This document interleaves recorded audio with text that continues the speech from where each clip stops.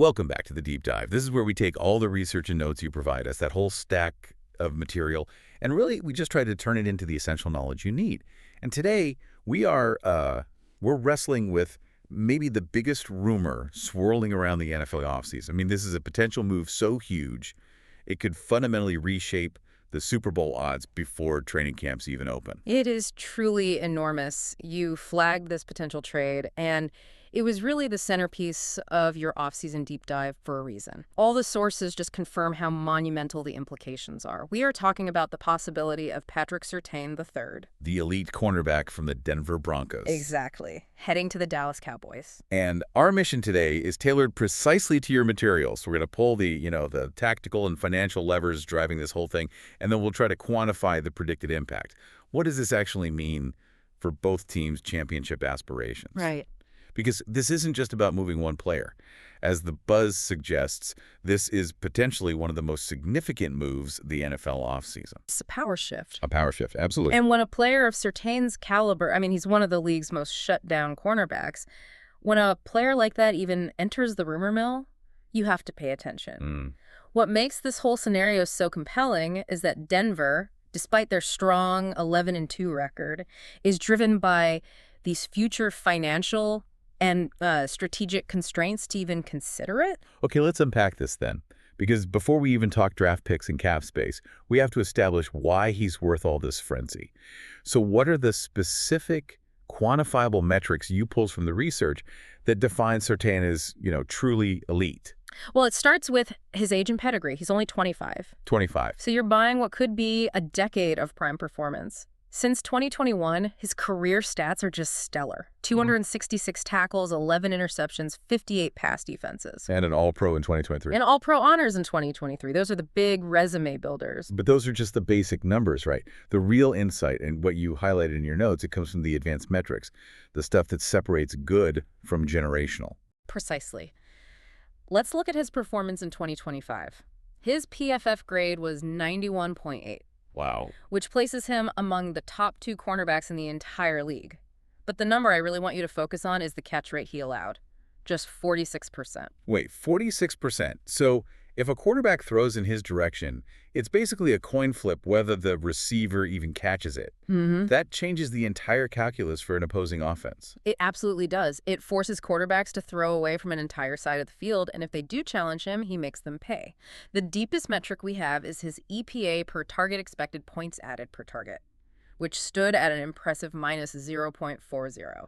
Okay, so for the average learner, how often do we see a positional player, not a quarterback, not a pass rusher, registering an EPA number that is actively destructive to the offense's scoring chances? It is extremely rare, especially when you're facing high volume. That minus 0.40, it tells you that throwing at him is literally reducing the offense's expected points. So it's like a veto on the play call. It is. You don't just avoid him, you actively lose expected points when you try to test him. That is the definition of a shutdown corner. Here's where it gets really interesting for me, though. It paints a physical picture of his dominance. The coverage details make it so clear how tight he is on receivers. They really do. His separation average allowed is just. It's a microscopic 2.7 yards. 2.7. That means even elite NFL receivers, they struggle mightily to gain an inch of space. And on a rare occasion, they do get a catch. The yards after catch allowed. The YAC is only 3.8 yards. So he's right there. He is immediately on top of them. And we even saw a testament to his consistency when he was dealing with a calf strain late in 2025. I remember that. And he still maintained a next-gen coverage grade of 92.3. He just doesn't have bad weeks. So, okay. That defines the talent, a guaranteed long-term defensive weapon. Now let's get into the complex drivers, the finances and the strategy. If Denver has a strong 11-2 record, why on earth are they considering trading a generational defensive anchor? It seems counterintuitive. It's that classic conflict, right? Short-term success versus long-term financial security. The Broncos, despite their record, are hitting a major wall with cap constraints. They are projected to have only about $8 million in usable cap space rolling into 2026. Is nothing. It doesn't allow them to maneuver at all for the future. And the source material noted they are targeting a really significant clearance. They are. They need flexibility for extensions, for free agency, and they are reportedly aiming for about $24 million in clearance. Okay. And to get that kind of flexibility, you have to shed high-value contracts. We already saw them trade Sutton, who put up 900 yards this season. Right. Surtain is that next domino that can guarantee them that financial headroom. They offload his cap hit and immediately replenish their draft capital with premium assets. So this is a future-forward kind of a risk mitigation trade for them. They're betting that the first-round pick they get back will hopefully yield a player close to Surtain's value but at a fraction of the cost. Right. And that stabilizes their cap for the long term. Plus, they seem pretty comfortable with their internal young talent, like Mattis, who already logged over 500 snaps this year. That is the strategic blueprint. They're dealing with some internal skepticism about whether they can sustain their current success, especially given that they rank 13th in the league in points allowed. They're giving up about 330 yards per game. So not exactly a lockdown unit overall. No. Trading Surtain weakens the back end, yes, but it secures their financial runway for the next 3 to 5 years. It's a painful but, arguably a necessary strategic sacrifice. That makes the Denver side perfectly clear. They're prioritizing future flexibility over current dominance. So let's flip the lens. Let's look at Dallas. They clearly have the need, but how are they positioned financially to absorb a massive contract like his? Dallas is sitting pretty. They have solid cap space, reportedly around $23 million available. Okay, so they can do it. They're perfectly positioned to absorb a top-tier contract immediately without being overly constrained. But the most important word you used was need. Their current secondary is ranked 15th in the league. Mid-table. And in the NFC, where you have to go through these high-octane offenses in the playoffs, mid-table defense simply won't cut it. Not if the goal is Super Bowl LXI. Precisely. And the move fits Dallas's stated philosophy of building a tougher, more physical team. They have the pass rush with Micah Parsons and DeMarcus Lawrence, but they need the coverage to match. Surtain is that final piece of the puzzle. So it's a perfect match. It's a perfect, if expensive, match. Denver trades cost for flexibility. Dallas trades capital for immediate, guaranteed dominance. This sets up Section 3 perfectly, the impact multiplier. Let's really quantify how much better this Cowboys defense gets. If they're currently giving up 215 passing yards a game, what does Surtain realistically change that number to?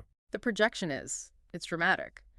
With Surtain third inserted as the new anchor, that 215 passing yards allowed could plummet to around 175 yards per game. A 40-yard drop. That's nearly 20%, specifically a 19% improvement.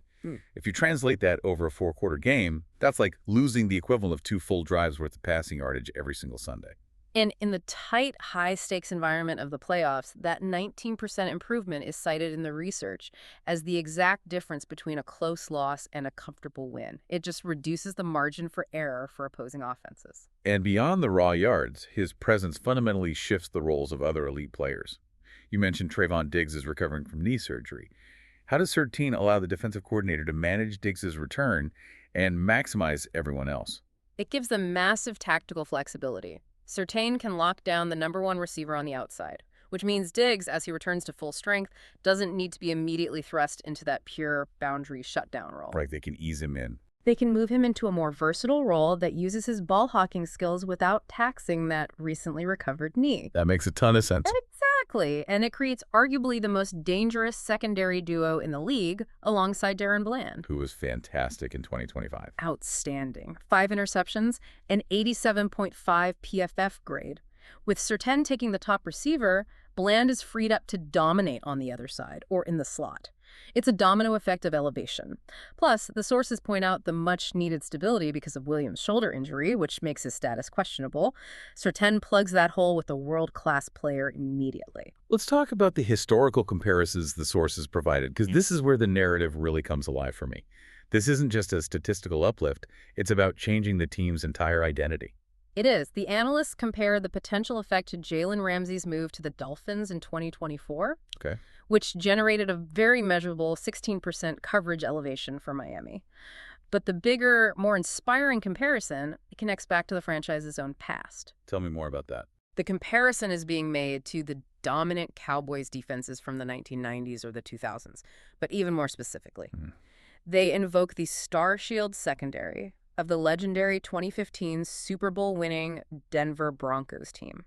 The defense that basically carried a weaker offense to a title. Wow.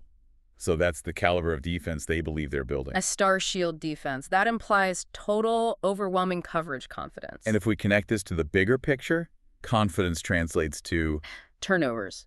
Turnovers. It's not just about preventing yardage, it's about forcing high-risk throws. Turnovers are projected to increase dramatically from roughly 1.3 to 2.0 per game. That 0.7 increase per game is huge. It gives Dallas more short fields, less defensive exhaustion, more scoring opportunities. You shift the entire field position dynamic and dictate the flow of the game. Which brings us to Section 4, the ultimate prize and the price tag. We've established the value, we've established the impact. So what is the Broncos' asking price for giving up a decade of elite performance? The price is steep, but it reflects the scarcity of the asset. The Broncos are reportedly demanding a 2026 first-round pick along with a fourth-rounder. A first-rounder. So for Dallas, that means parting with a future first-round asset, which is always framed as a big decision. You're trading unknown potential for proven performance. And the analysis you provided is very clear on justifying that cost. It's about what it does to the ultimate Super Bowl calculus. So what does it do? It creates an immediate, undeniable shift in expectations. Right now, the Cowboys' odds to win Super Bowl LXI are sitting around plus 1,800. Okay. The analysts at BetMGM have run the models. They project that with Surtain third in the lineup, those odds could plummet significantly, potentially halving to plus 850. A near halving of your championship odds based on one player. That really demonstrates the leverage Surtain has on the team's entire projection. It shows how critical a shutdown corner is in the modern NFL. And crucially, the sources emphasize his playoff experience. His 2 interceptions in key postseason moments would be vital when Dallas faces top-tier NFC offenses. If you're facing the Rams, for instance, and you have to contain a 1,100-yard receiver like Cooper Kupp. Surtain is your insurance policy. He is your insurance policy. He provides stability and championship pedigree in the moments that matter most. So what does this all mean for the franchise?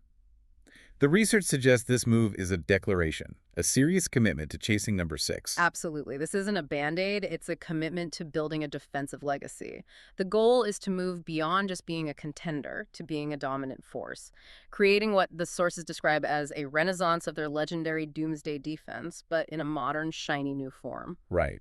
It signals that Dallas is done waiting for success and is ready to buy guaranteed dominance. The magnitude of this trade, Yeah. the defensive renaissance it promises, turning a good unit into one of the most formidable in the entire league, it's completely undeniable. It's the difference maker that defines the next era of Dallas football, putting them right in the elite Super Bowl discussion immediately.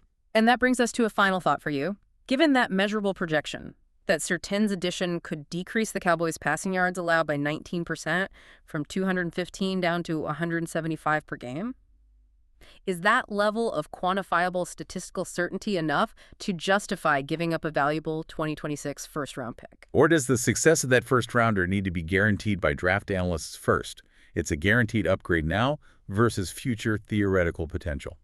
Something for you to chew on as you continue your deep dive. Thank you for sharing your sources and your insights with us. We'll catch you on the next deep dive.